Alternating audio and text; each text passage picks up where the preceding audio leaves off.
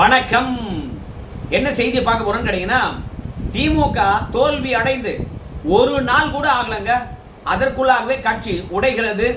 கட்சிக்குள் அதிருப்தி குரல், வேதனையில் விழுந்த ஸ்டாலின், விடை தெரியாமல் தவிக்கும் அறிவாலயம். ஏன்னா எப்போதும் ஸ்டாலினுடன் நெருக்கமா இருக்கக்கூடிய தலைவர் மீதே இன்னைக்கு கட்சியில வெளிப்படையாக புகார் எழுந்திருக்கிறது.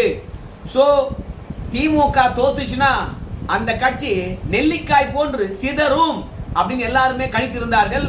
ஆனா தோல்வி அடைந்த ஒரு நாளுக்குள்ளாக இந்த மாதிரியான ஒரு பெரிய பிளவு வரும் என்று யாரும் எதிர்பார்க்கவே இல்லை. அப்படி ஒரு கழக குரலானது வெளிப்படையா வந்திருக்கிறது. அதிமுகவில் வரல, மற்ற கட்சிகள்ல வரல, ஆனால் கட்டுக்கோப்பா இருக்குது, ராணுவ கட்டுக்கோப்பா இருக்கிறது. மோடியே கண்டு பயப்படுகின்ற தலைவர் ஸ்டாலின், அவர் தலைமையில திமுக இருக்கிறது அப்படின்னு சொல்லுகின்ற கட்சியில தோத்து ஒரு நாள் கூட ஆகல, அதற்குள்ளாகவே கழக குரலானது எழுந்திருக்கிறது. அந்த கழக குரல் எங்கிருந்து வந்திருக்கிறது, அதன் மூலமாக எப்படி கட்சி உடைகிறது, திமுக தலைமை எந்த அளவுக்கு வேதனையில் விழுந்திருக்கிறது, அறிவாலயம் என்ன தீர்வை காணப்போது, எல்லா விஷயத்தையும் விரிவா பார்க்க போறோம். அதற்கு முன்பாக இதுவரைக்கும் நம்ம சேனல்ல நீங்க சப்ஸ்கிரைப் பண்ணலனா சப்ஸ்கிரைப் பண்ணிக்கங்க, கொஞ்சம் சப்போர்ட் பண்ணுங்க.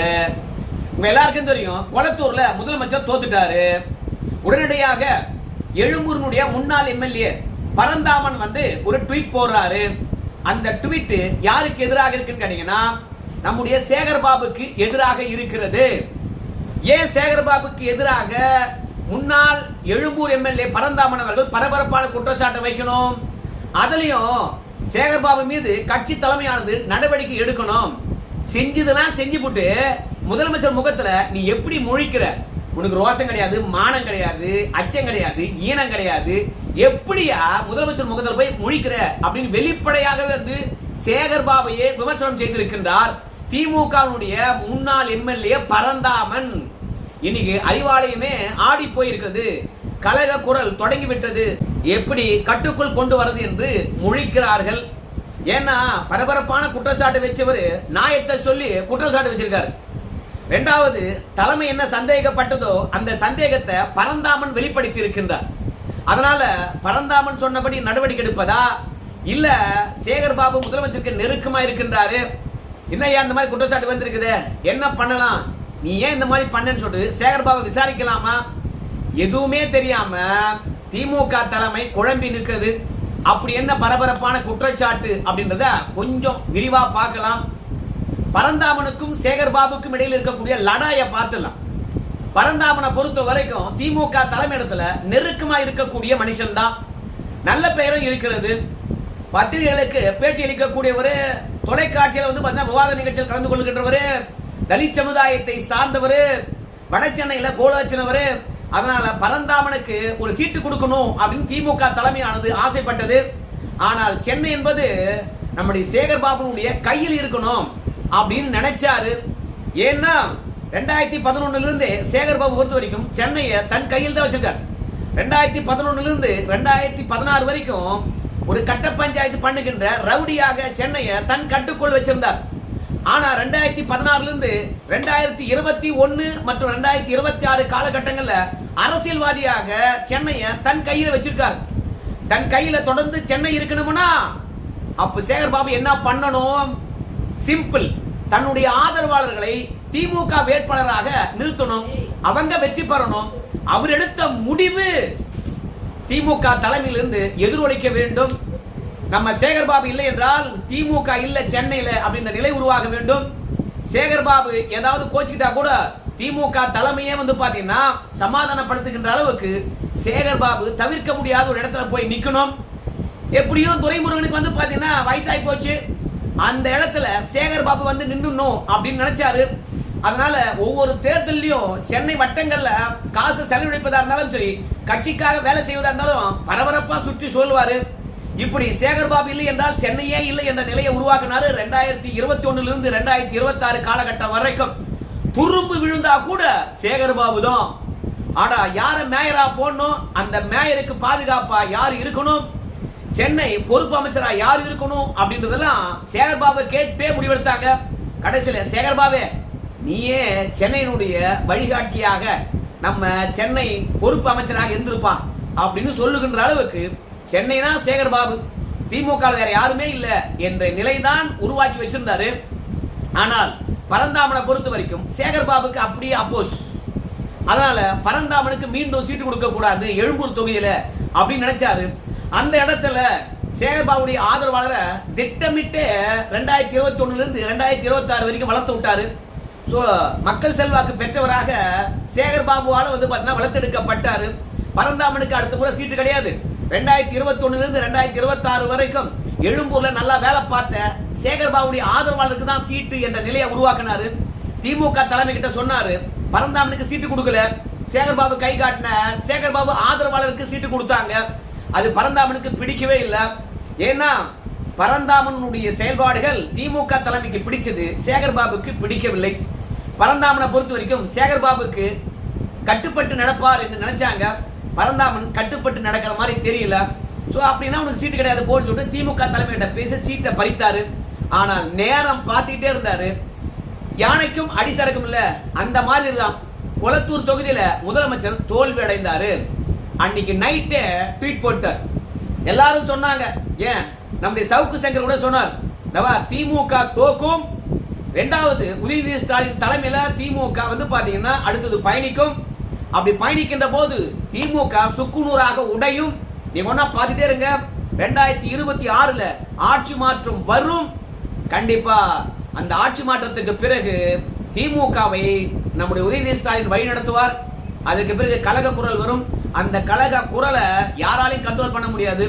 ஆளுக்கு ஒரு பக்கம் பிச்சுக்கிட்டு போவாங்க அப்படின்னு சொன்னாரு தீர்க்கதரிசி மாதிரி சவுக்கு சங்கர். அதே மாதிரிதான் இன்னைக்கு ஸ்டாலின் அவர்கள் தோத்து எதிர்கட்சி தலைவராக உதயநிதி ஸ்டாலின் வர போறாரு. கட்சியும் ஆட்சியும் அவர் கைக்கு போகிறது. அப்படி போகின்ற தருணத்துல முதலாளா பரந்தாமன் பாத்தீங்கன்னா பரபரப்பான குற்றச்சாட்டு நம்முடைய சேகர்பாபு மீது வச்சிருக்கிறாரு. என்ன குற்றச்சாட்டு என்று பார்க்கும்போது, ஏன்பா நம்ம முதலமைச்சரை பொறுத்த வரைக்கும் தமிழ்நாடு முழுவதும் சுற்றுப்பயணம் போனாரு. உங்க எல்லாருக்குமே தெரியும். எதுக்காக? வேட்பாளர்களுக்கு ஆதரவு திரட்டுவதற்காக. ஒரு கட்சி தலைவராக தமிழ்நாடு முழுவதும் போறதுதான் அழகு.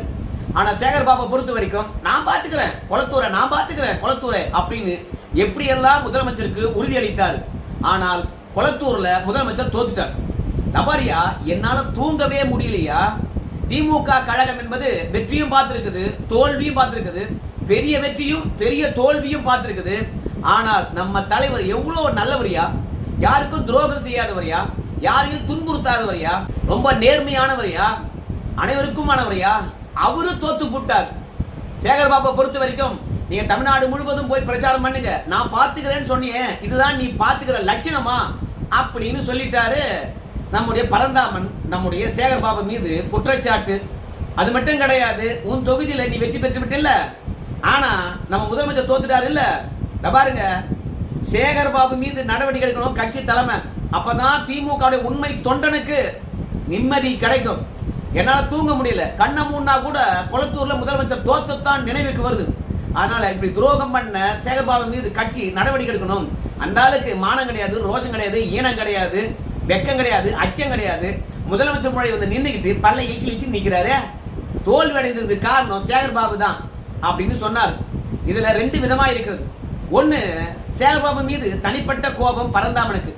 ரெண்டாவது, சென்னையா திமுக கோட்டை தான், என்ன மீறி எவன் வர முடியும் என்று தலைகணத்துல ஆடினாரு. ரெண்டாவது, கட்சிக்காரங்களை ஒருங்கிணைக்கவே இல்லை. கை நீட்டினா கட்டளை இட்டா திமுகவுக்கும் சேகர்பாபுக்கும் வேலை செய்வாங்க கட்சிக்காரங்க அப்படின்னு நினைச்சார். இந்த ஆணவ போக்குனால்தான் கொளத்தூர் மட்டுமல்ல சென்னை முழுவதும் திமுக காரன் வேலை பார்க்கவே இல்லை. நம்ம சேகர்பாபுடைய பெரியண்ண தனம் இருக்குல்ல, அந்த பெரியண்ண தனத்தினாலதான் திமுக தோத்துது. என்ன ராஜராஜ சோழன் பரம்பரையா? கை நீட்டின எல்லாரும் காலில் வேலை பார்க்கணுமா, இல்ல காலாலிட்ட வேலையை கையால செய்யணுமா? என்ன நினைக்கிறாரு சேகர்பாபு? கொளத்தூர்ல டெய்லி அன்னதானம் போடுறாராம், இலவச உணவு போடுறாராம். முதலமைச்சரை பூம்பும் மாடு மாதிரி கூட்டு டிஸ்கோ டான்ஸ் ஆடி காட்டுற மாதிரி பெண்கள் எல்லாம் முன்ன நிறுத்தி ஆட்டம் போட வச்சு கைத்தட்ட வச்சு முதலமைச்சர் திருப்பி அனுப்பிட வேண்டியது. இப்படியே கொளத்தூர்ல முதலமைச்சர் ஸ்டாலினுக்கு ஆதரவு இருக்கிற மாதிரியே சித்தரிச்சு முதலமைச்சரை ஏமாத்திட்டான் அந்த மனுஷன். உண்மையான திமுக தொண்டனுக்கு அப்பதான் மகிழ்ச்சியா இருக்கும், நடவடிக்கை எடுங்க அப்படின்னு சொல்லி இருக்கிறாரு. உண்மையான தொண்டன் திமுக தொண்டன் சேகர்பாபு இல்லையா?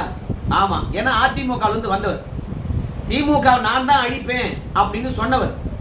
அதனாலதான் மு.க. ஸ்டாலின் தோல்வியடைவதற்கு சேகர் பாபே காரணமா இருந்திருக்கிறாரு.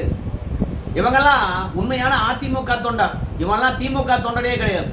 சோ நடவடிக்கை எடுங்க அப்படின்னு பரந்தாமுடைய கோரிக்கை இருக்குது. அதுல இன்னொரு செய்தி அடங்கி இருக்கிறது. அதிமுகவுல கிட்டத்தட்ட 20 ஆண்டு காலமாக பயணித்து விட்டு திடீர்னு அதிமுக இடமில்லை என்று சொன்ன பிறகு திமுக ஐக்கியமாகி விட்டு திமுக இடத்துல தொகுதியை பெற்று வெற்றி பெற்று விடுகின்றார்கள். ஏன் ஒரு 5 ஆண்டு காலம் அதிமுக வந்தா கட்சிக்காக வேலை பார்க்கட்டும், அப்பதான் திமுக நடைமுறை என்னன்னு தெரியும். வந்த உடனே அதிமுக காரனுக்கு வாய்ப்பு தந்துடுறீங்க, அவன் வெற்றி பெற்று விடுகின்றான், அமைச்சர் ஆயிடுறான். அப்புறம் நாங்கெல்லாம் கட்சிக்காக உழைச்ச ஆதி காலத்து திமுக காரன், பரம்பரை திமுக காரன் அவங்க கிட்ட கை கட்டி வேலை பார்க்கணுமா? தலைமைக்கு கட்டுப்படாம தான் தோண்டித்தனமாக எவன் செயல்பட்டாலும் சரி அவனுக்கும் ஆப்புதான் அப்படின்ற விஷயத்தை எடுத்து சொல்லும் விதமாக சேகர்பாபு மீது நடவடிக்கை எடுக்கணும் அப்படின்னு பரந்தாமன் சேகர்பாபு மீது பரபரப்பான குற்றச்சாட்டு வச்சிருக்காரு. பரந்தாமன் சொல்றது கலை யதார்த்தமா இருக்குது. சேகர்பாபு ரவுடித்தனம் தான் பண்ணியிருக்கிறாரு. அது மட்டும் இல்ல, ஆர்கே நகர் இருக்குல்ல, அந்த தொகுதிக்கு சேகர்பாபும் சரி செல்வ பெருந்தையும் சரி பிரச்சாரத்துக்கு போக முடியாத ஒரு நிலை ஏற்பட்டு போச்சு. சோ சேகர்பாபுனால சென்னை கைவிட்டு போச்சு அப்படின்றது பரந்தாமனுடைய குற்றச்சாட்டு. திமுக அதான் நினைக்குது. அதனாலதான் பரந்தாமன் மீது கூட எந்த நடவடிக்கை எடுக்கல. அதே மாதிரி சேகர்பாபு மீது எந்த நடவடிக்கை எடுக்கல. ஆனால் அறிவாலயம் பக்கம் வந்துடாது அப்படின்னு சேகர்பாபு ஸ்ட்ரிக்ட் பண்ணிருக்காங்க. கொஞ்சம் கொஞ்சமாக அறிவாலயத்தை விட்டு விலக்கி வைப்பாங்க சேகர்பாபு. அதுக்கப்புறம் கையிடுவாங்க. அவருக்கு கட்சி மாறுவதெல்லாம் ரொம்ப சுலபம். மீண்டும் அதிமுக வந்துருவாரு, அப்படிலாம் தவிர்க்காக போயிடுவாரு. அதனால சேகர்பாபு பொறுத்த வரைக்கும் நம்மளுக்கு கவலை இல்லை. சோ ஆனால் திமுக தோத்துதுன்னா அந்த கட்சியே இருக்காதுன்னாங்க. ஆனா தோத்து ஒரு நாள் கூட ஆகல. அதற்குள்ளாக அந்த கட்சியில பெரிய பஞ்சாயத்து வந்து சேர்ந்து இருக்கிறது. இன்னும் போக போக யாரெல்லாம் புயலை கலப்ப போறாங்களோ அப்படின்னு தெரியாம இருக்கிறது. கனிமொழி அவர்கள் துணை பொதுச்செயலாளராக இருக்கிறார் என்று நினைக்கின்றேன். ஆமா, அவரு பொதுச்செயலாளர் பதவிக்கு ஆசைப்படுகின்றார். டி.ஆர். பாலு அவர்களும் பொதுச்செயலாளர் பதவிக்கு ஆசைப்படுகின்றார். அதே மாதிரி சேகர்பாபும் பொதுச்செயலாளர் பதவிக்கு ஆசைப்படுகின்றார். திமுக நினைப்பது ஒன்னே ஒன்று தான், நம்முடைய கே. நேரு அவர்களை பொதுச்செயலாளர் ஆக்கிடலாம் அப்படின்னு நினைக்கிறாங்க. மொத்தத்துல நம்ம துரைமுருகனை பொறுத்த வரைக்கும் இந்த தேர்தலோடு அரசியலை விட்டு ஒதுங்குவார். இல்லனா கட்சியில செயல்பாடுகள் இல்லாம கட்சி பதவி இல்லாம திமுகவில் தொடருவார். வயது முதிர்வின் காரணமாக அதுக்கேற்ற மாதிரி அவர் தோத்தும் போட்டாரு. அதனால இப்ப எல்லாருமே பொதுச்செயலாளர் பதவியை குறிவைத்துக் கொண்டிருக்கின்றார்கள். அந்த பதவி யாருக்குன்னு உறுதி பண்றது திமுகவுக்கு குதிரை கொம்பா இருக்கும். அந்த தருணத்துல யாரையாவது ஒருத்தரை முன்னிறுத்தி இவர் தான் பொதுச்செயலாளர் என்று கை காட்டிட்டாங்கன்னா அது ஒரு பெரிய பிளவை தரும். அதனால டி.ஆர். பாலுக்கு தரலாமா, கே. நேருக்கு தரலாமா, ஆர். ராசாக்கு தரலாமா, கனிமொழிக்கு தரலாமா, இல்ல சேகர்பாபுக்கு தரலாமா? இந்த பொதுச்செயலாளர் பதவினால பெரிய பிரச்சனை எல்லாம் எழும் போல இருக்கிறது. அந்த பஞ்சாயத்து எப்ப தொடங்க போகுதுன்னு தெரியல. ஆனா இன்னொரு பஞ்சாயத்தும் தொடங்கி இருக்கிறது. அன்பில் மகேஷா கே.